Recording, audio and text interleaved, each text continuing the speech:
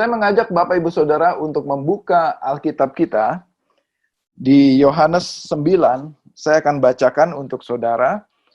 Saya akan bacakan dulu ayatnya. Yohanes 9 ayat pertama, orang yang buta sejak lahirnya. Waktu Yesus sedang lewat, ia melihat seorang yang buta sejak lahirnya. Murid-muridnya bertanya kepadanya, "Rabi, siapakah yang berbuat dosa? Orang ini sendiri atau orang tuanya? Sehingga ia dilahirkan buta." Lalu ayat ketiga Yesus menjawab, "Bukan dia dan bukan juga orang tuanya. Tetapi karena pekerjaan-pekerjaan Allah harus dinyatakan di dalam dia. Kita harus mengerjakan pekerjaan dia yang mengutus aku." Ini kata Yesus ya. "Selama masih siang, akan datang malam, di mana tidak ada seorang pun yang dapat bekerja." Ayat kelima, "Selama aku ada di dalam dunia, akulah terang dunia." Ayat ke-6, setelah Yesus mengatakan semuanya itu, ia meludah ke tanah dan mengaduk-aduk ludahnya itu dengan tanah, lalu mengoleskannya pada mata orang buta tadi. Ayat ke-7, dan berkata kepadanya, "Pergilah, basuhlah dirimu dalam kolam Siloam." Siloam artinya yang diutus.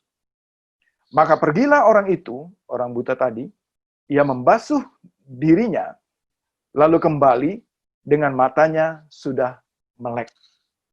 Mari kita berdoa. Ya Bapa di surga, di dalam nama Tuhan Yesus Kristus, biar pemberitaan firman pada pagi hari ini tidak berlalu sia-sia, tapi firman yang adalah the history, kejadian yang nyata 2000 tahun yang lalu. Kejadian ini menjadi rema bagi kami. Dan biar Roh Kudus yang berbicara kepada kami, yang mengubahkan kehidupan kami pada pagi hari ini. Hamba berdoa agar firman ini menguatkan, mengubahkan, memberikan pengharapan kepada kami semua jemaat-Mu pada pagi hari ini. Di dalam nama Tuhan Yesus Kristus. Amin. Baik, mari kita lihat cerita tentang perjalanan Yesus ketika ia lewat. Ya, sekali lagi beberapa minggu terakhir ini kita menelusuri perjalanan Yesus. Ia lewat sini ya ke beberapa kota. Kali ini Yesus lewat. Waktu ia lewat melihat orang buta. Di mana Yesus tahu bahwa orang buta ini buta sejak lahirnya. Nah, Bapak Ibu Saudara, pada masa itu, pada generasi itu 2000 tahun yang lalu tidak seperti sekarang. Kalau sekarang orang buta bisa disediakan banyak pekerjaan, lapangan pekerjaan untuk disable. Pada masa itu, tidak ada lapangan pekerjaan untuk disable, untuk orang buta khususnya. Jadi hanya satu saja yang orang buta bisa lakukan, yaitu apa? Orang buta pada masa itu hanya bisa melakukan mengemis duduk di pinggir jalan. Kita pernah cerita tentang Bartimeus, orang buta yang duduk juga di pinggir jalan untuk mengemis, meminta sedekah. Demikianlah orang buta ini. Dia duduk di pinggir jalan untuk minta sedekah. Banyak orang buta yang saya yakin tidak hanya satu ini saja. Ada banyak orang buta yang lain. Karena kita juga tahu cerita tentang sebelumnya ada Bartimeus. Ya. Nah, salah satu juga orang buta ini.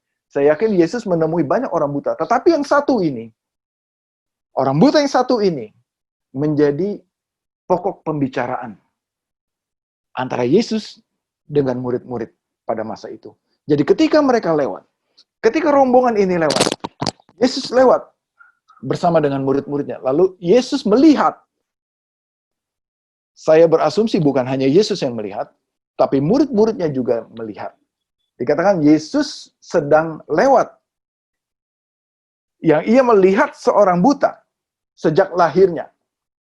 Orang buta sejak lahirnya. Ayat pertama, Yesus melihat orang buta sejak lahirnya. Ayat kedua, murid-muridnya bertanya kepadanya, "Rabi, siapakah yang berbuat dosa? Orang ini sendiri atau orang tuanya, sehingga ia dilahirkan buta?" Jadi, Tadi mereka lewat bersama dengan murid-muridnya, lalu timbullah satu pembicaraan. Pembicaraan ini adalah antara Yesus dengan murid-murid, belum melibatkan orang buta tadi. Jadi si orang buta ini duduk saja di situ, minta sedekah dan minta uang, biasa begitu. Dan orang buta itu mungkin hanya mendengar percakapan antara Yesus dengan murid-murid. Jadi sekali lagi ya, mari kita bayangkan, ini adalah percakapan Yesus dengan murid-murid tidak melibatkan orang buta itu. Lalu murid-murid bertanya, ini dosa siapa ya? Khusus kali ini, di dalam kejadian ini, terhadap orang buta ini, murid-murid timbul pertanyaan, ini siapa yang berdosa? Orang buta ini atau orang tuanya? Bapak, Ibu, Saudara, apa yang diajarkan oleh ajaran-ajaran imam pada masa itu? Adalah bahwa sakit penyakit, cacat, ya itu adalah akibat dosa. Dan bahkan ajaran-ajaran itu turun-temurun. Sampai kita sekarang pun, terhadap orang sakit, ada dua respon yang akan terjadi. Pertama, respon dari orang lain. Kalau orang lain melihat orang sakit, secara natural, alami pikiran kita adalah, dosa siapa ya? Apa dosanya dia ya? Kenapa dia bisa sakit begitu? Pasti ada dosa, ada kesalahan. Manusia selalu melihat kesalahan. Manusia selalu melihat ada kecacat, ada kelemahan, melihat kesalahan orang. Orang lain melihat, mulai menghakimi. Manusia cenderung judge, blame, menyalahkan. Ada masalah apa dengan dia? Ada dosa apa dengan dia? Bahkan kali ini, murid-murid pun secara resmi bertanya kepada Tuhan Yesus dengan polosnya, ya, tanpa rasa bersalah. Ia bertanya, jadi ini dosa dia atau dosa orang tuanya? Beberapa kali, seringkali kita juga seperti itu. Amin. Saya juga kadang-kadang begitu. Melihat orang sakit, kita mulai bertanya, ini salah siapa ya? Dia atau orang tuanya? Salah siapa ini? Nah, demikian juga bagi si penderita yang sakit. Akan muncul juga di dalam perasaan, dalam batin, dalam pikirannya. Salah saya apa ya? Apa salah saya? Ketika almarhum mama saya sakit juga, selalu keluar dari mulutnya. Dia katakan, apa dosa saya ya? Apa kesalahan saya ya? Jadi kita selalu layani mama saya bahwa Tuhan sudah mengampuni. Tuhan memakai mama untuk ini, untuk kemuliaan Tuhan. Jadi itu suatu respon yang biasa muncul dalam diri manusia. Salah saya apa ya? Dalam sakit penyakit, kita selalu cenderung melihat orang lain. Salah kamu apa? Salah siapa? Salah siapa? Salah siapa? Salah siapa? Manusia cenderung melihat, menyalahkan, melihat kesalahan orang lain. Dan bisa jadi ekstrimnya juga, jangan-jangan kamu kurang iman. Kamu kurang iman, kurang percaya, kurang ini, kurang itu, kurang ini, kurang ini. Dan banyak sekali tuduhan-tuduhan kepada orang yang sakit. Demikianlah yang terjadi kepada orang buta ini. Mungkin orang buta ini dengar orang ini ngomong, dan dia biasa, mungkin sudah biasa. Bukan cuma kelompok ini aja yang ngomongin dia. Mungkin banyak orang lewat itu ngomongin dia. Jadi dia sudah biasa.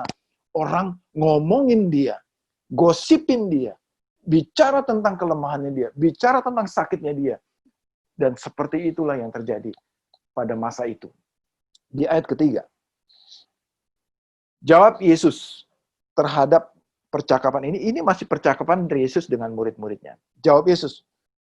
Jawaban inilah yang mencelikan mata kita.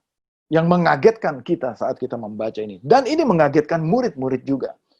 Yesus mengatakan bukan dia dan juga bukan orang tuanya. Amin. Saudara, mungkin saudara di dalam sakit. Mungkin saudara di dalam penderitaan. Mungkin kita di dalam masalah besar. Kadang kita juga berpikir, apa ya salah saya? Apa ya dosa saya ya? Apa ya saya? Bagaimana? Dan perasaan guilty, bersalah, dan penghakiman, blame, judgment, semua muncul. Tetapi kali ini Yesus mengatakan kepada saudara, bukan dia, bukan juga orang tuanya. Kadang sesuatu terjadi, bukan akibat kesalahan atau penghakiman dan lain sebagainya. Tetapi Yesus katakan di ayat ketiga, tetapi karena pekerjaan-pekerjaan Allah harus dinyatakan di dalam dia. Pekerjaan Allah harus dinyatakan. Dengan kata lain, pekerjaan Allah harus dimanifestasikan di dalam dia, yaitu orang buta itu.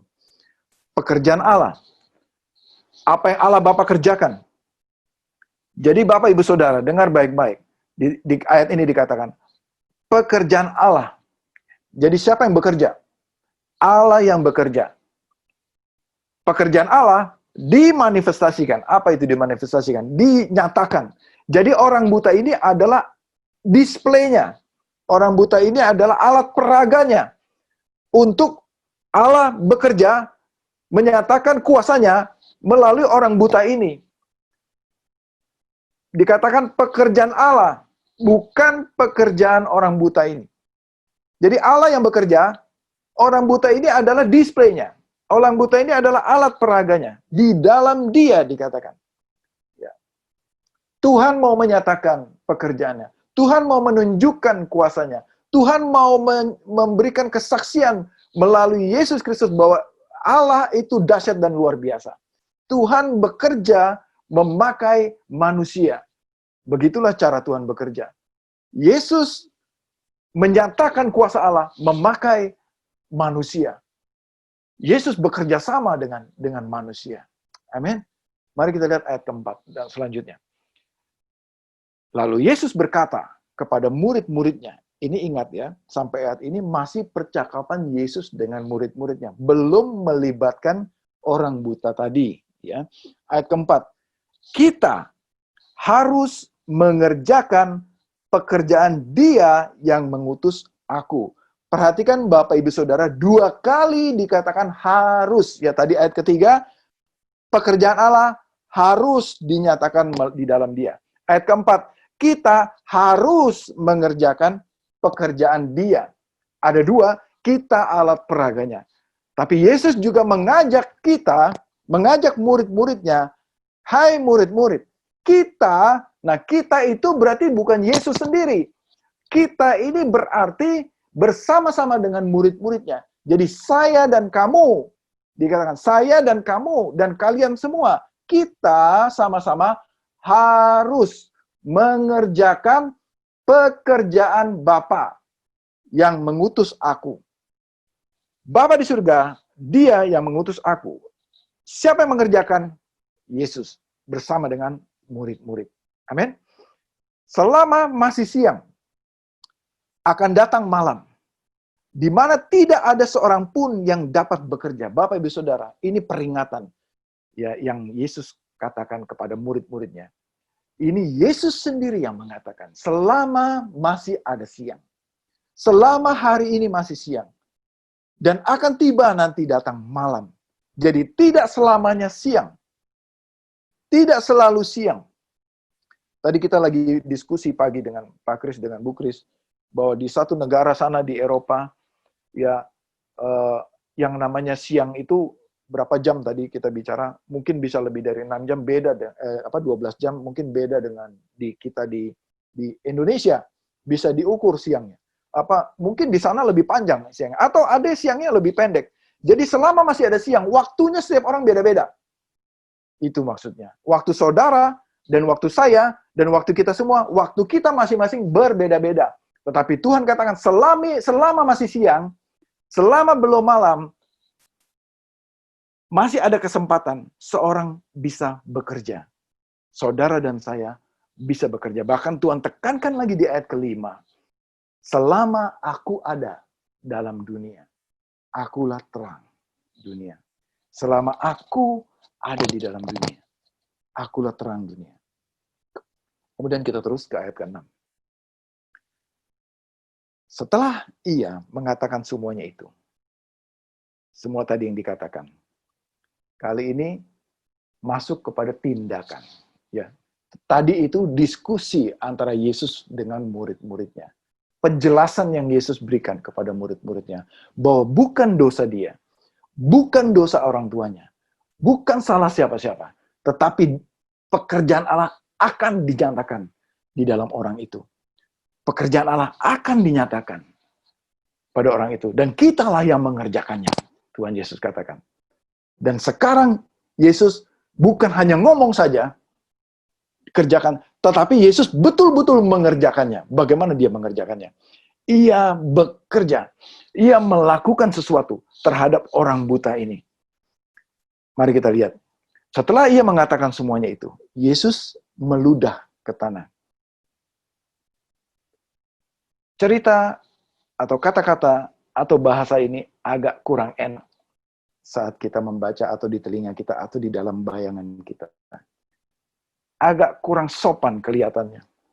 Agak aneh, spit, ya, meludah ke tanah. Saya mau contohkannya aja malu di depan saudara gitu ya. Nggak enak gitu ya. Ini Yesus display. Yesus peragakan. Yesus tunjukkan di depan banyak orang. Dia meludah ke tanah. Spit. Itu agak aneh. Nggak biasa. Lalu diaduk, ini apa? Udah nggak pakai masker gitu ya. Ini bukan droplet lagi, saudara. Ini bukan droplet lagi. Mungkin itu sudah apa itu istilahnya? Ya, lebih dari droplet. Lalu diaduk. Itu jorok sekali gitu kan. Kalau bagi kita melihat, aduh, nggak enak lihatnya. Ini cara apa yang Yesus lakukan kepada orang buta ini? Yesus mengerjakan sesuatu di luar dugaan kita. Di luar dugaan murid-muridnya. Yesus mengerjakan sesuatu, pekerjaan yang Bapa lakukan, Yesus kerjakan. Dan itulah yang dia kerjakan. Dia meludah, diaduk-aduk di tanah. Bukan hanya itu, diambil itu tanahnya, lumpur yang sudah tanah yang sudah diaduk-aduk dengan air ludahnya itu menjadi lumpur, lalu dioleskan ke matanya. Sewaktu saya bayangkan ini, ya di ayat itu dikatakan dioleskan ke mata orang buta tadi. Saya pikir itu, coba saudara bayangkan, dioleskannya itu di kelopak mata atau di mata. Ya, bayangan saya, itu bisa jadi di matanya dia, dioles di matanya itu. Perih nggak kira-kira? Perih banget, ya kan? Kelilipan aja perih gitu kan? Ini dioles di ubek-ubek matanya oleh Yesus. Dikasih lumpur. Nah, saudara, saya membayangkan kejadian ini. Betapa kagetnya murid-murid. Pertama, betapa kagetnya kita semua melihat kejadian ini. Saudara, kadang Yesus bekerja, Tuhan bekerja. Mungkin caranya Tuhan tidak biasa. Caranya Tuhan bekerja mungkin aneh bagi kita. Caranya Tuhan bekerja mungkin mustahil. Yang enggak-enggak aja caranya begini. Caranya Tuhan bekerja mungkin di luar akal pikiran kita yang nggak bisa masuk di otak kita.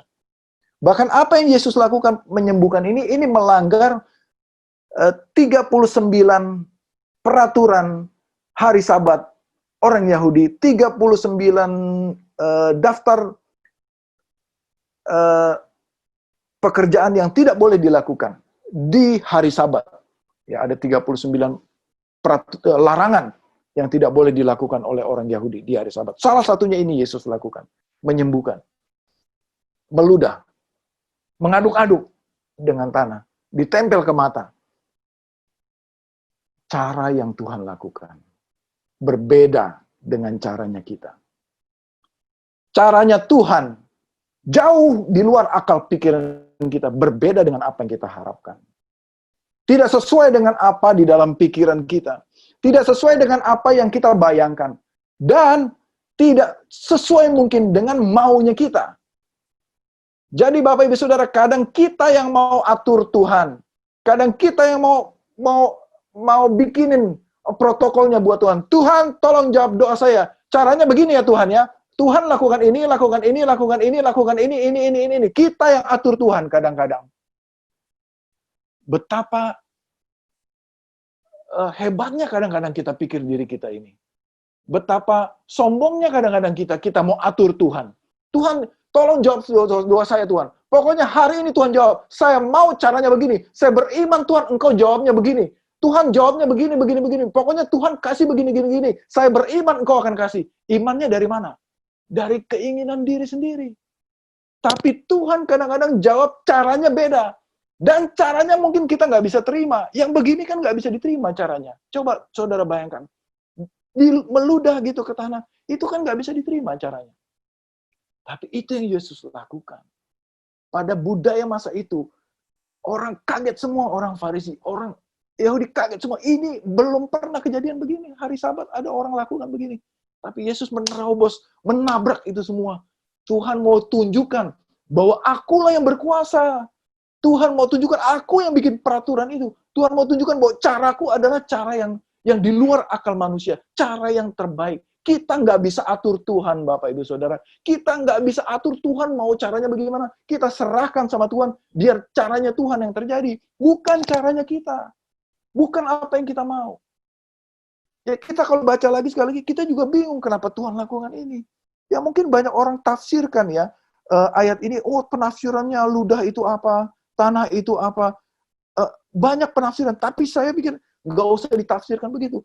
Lihat aja apa yang Tuhan lakukan. Sekarang ini itu pun nggak enak bagi kita. Kalau orang meludah di depan kita dan melakukan itu semua. Karena apa? Tuhan berkuasa. Tuhan mau tunjukkan caranya lah yang sempurna. Demikianlah yang orang buta ini responnya. Dia tidak protes.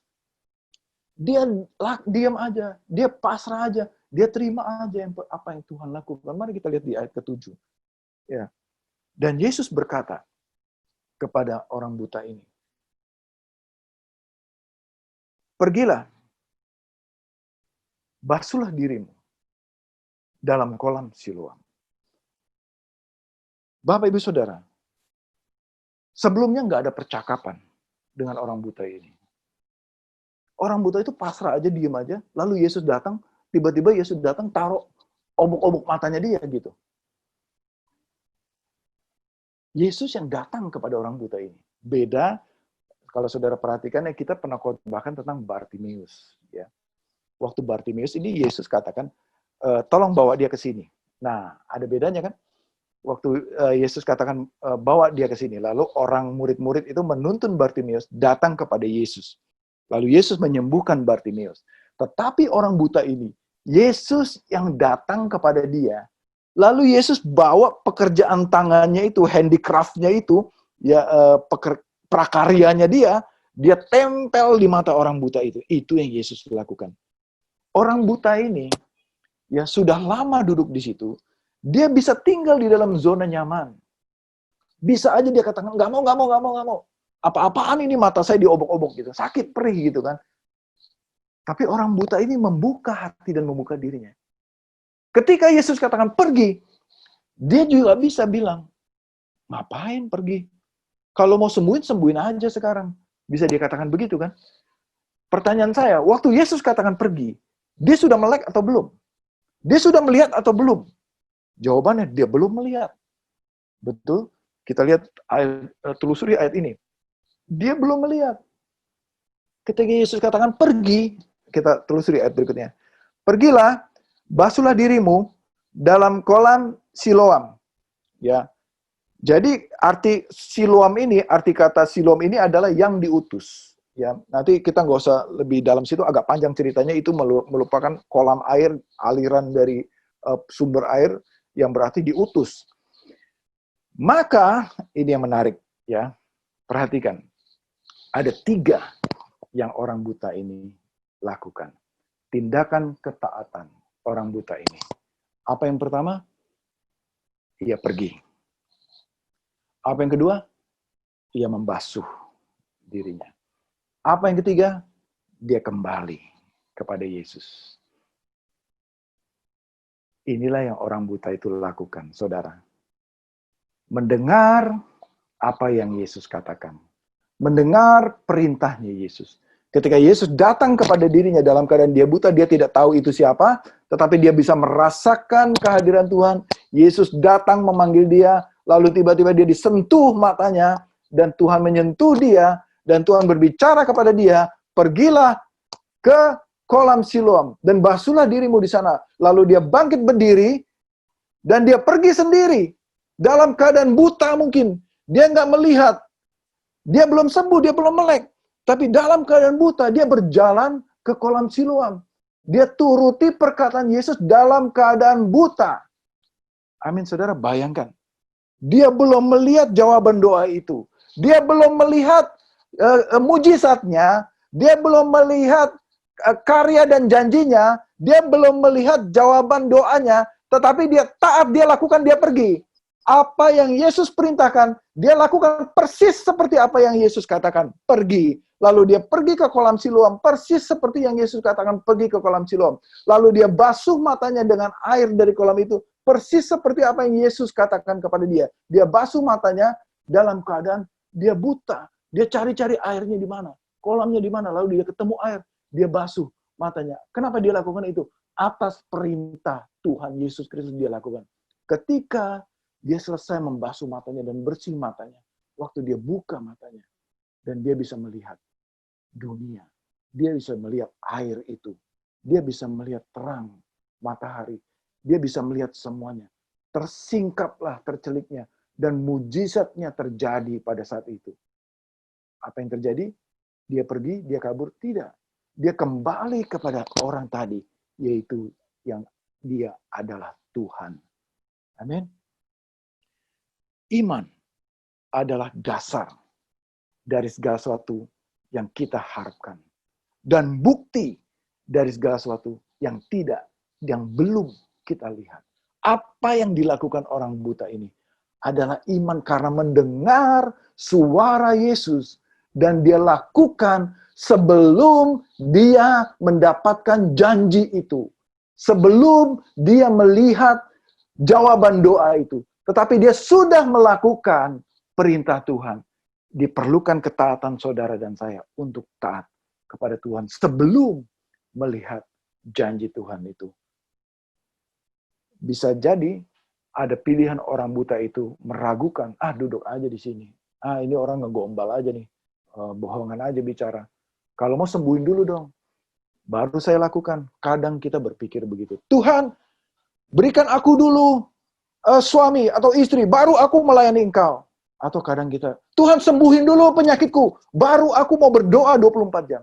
Atau kita katakan, Tuhan kasih saya dulu bisnis ini goal dulu, baru saya akan melayani engkau. Atau kadang kita perkatakan, Tuhan saya keliling dunia dulu, selesai dulu saya hura-hura, saya baru melayani engkau. Kadang kita pikir, Tuhan jawab dulu, berikan dulu mujizatnya, baru saya datang kepada engkau mengasihi engkau. Itulah mental seandainya. Mental seandainya saya kaya Tuhan, saya akan melayani engkau. Seandainya saya hebat Tuhan, seandainya saya sembuh Tuhan, saya akan melayani engkau. Itu mental seandainya. Tetapi yang Tuhan lihat dari orang buta ini punya mental yang walaupun orang buta ini kata, walaupun saya belum melihat, saya lakukan saja, pergi aja ke kolam Siloam. Walaupun saya nggak tahu di mana kolam itu, saya jalan aja ke kolam itu. Walaupun saya belum sembuh, belum bisa melek, saya basuh saja mata saya. Orang buta ini keluar dari zona nyamannya. Punya mental walaupun belum terjadi. Walaupun pohon ara ini tidak berbuah. Walaupun pohon anggur tidak menghasilkan buah. Aku tetap akan bersuka cita, itu Habakuk mengatakan. Mari miliki mental. Mari miliki iman seperti orang buta ini. Dan dia kembali kepada Yesus. Dia kembali kepada Yesus. Ayat berikutnya. Saya loncat ke ayat yang ke-36. Setelah kejadian-kejadian itu, barulah ini. Setelah dia bisa melihat, oh ini yang namanya Yesus. Lalu dia bertanyalah kepada Yesus. Lalu jawabnya kepada Yesus.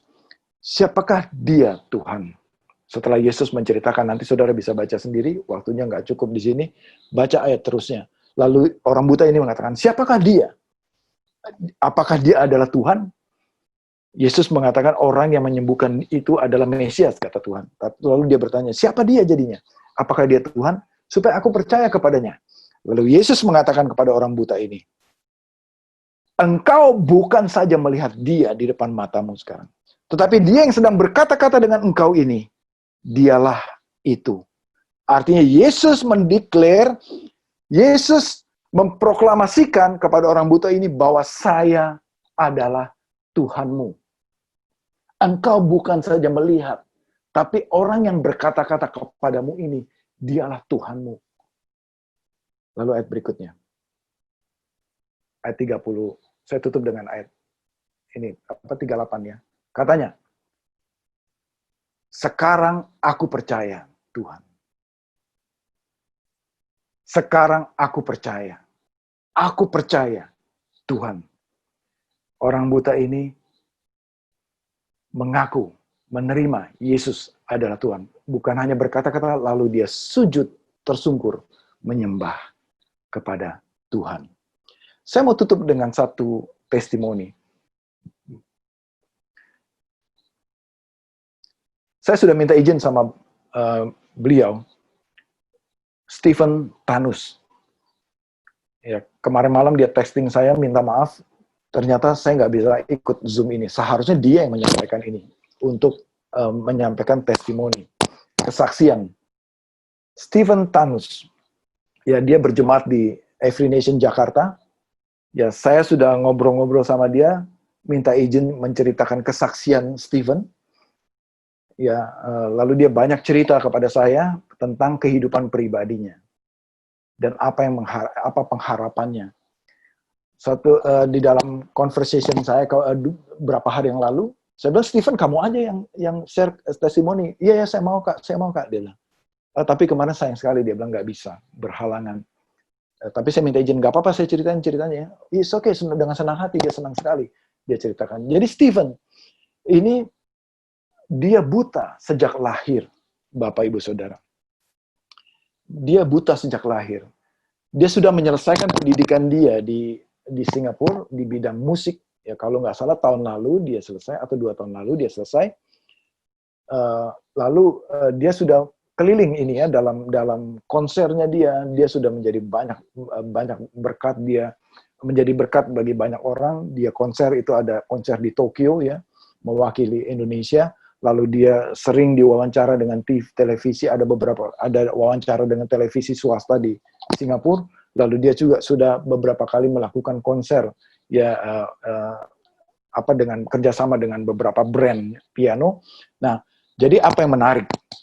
Yang menarik adalah waktu kami ngobrol-ngobrol dengan Stephen. Saya tanya, Stephen, sorry ya, sebenarnya kamu mau nggak melihat lagi sembuh? Ini maaf ya Stephen ya, saya memberanikan diri bertanya. Kebetulan saya ini khotbahnya tentang orang buta yang lahir, Stephen. Wah, dia senang sekali. Wah, iya, exciting sekali.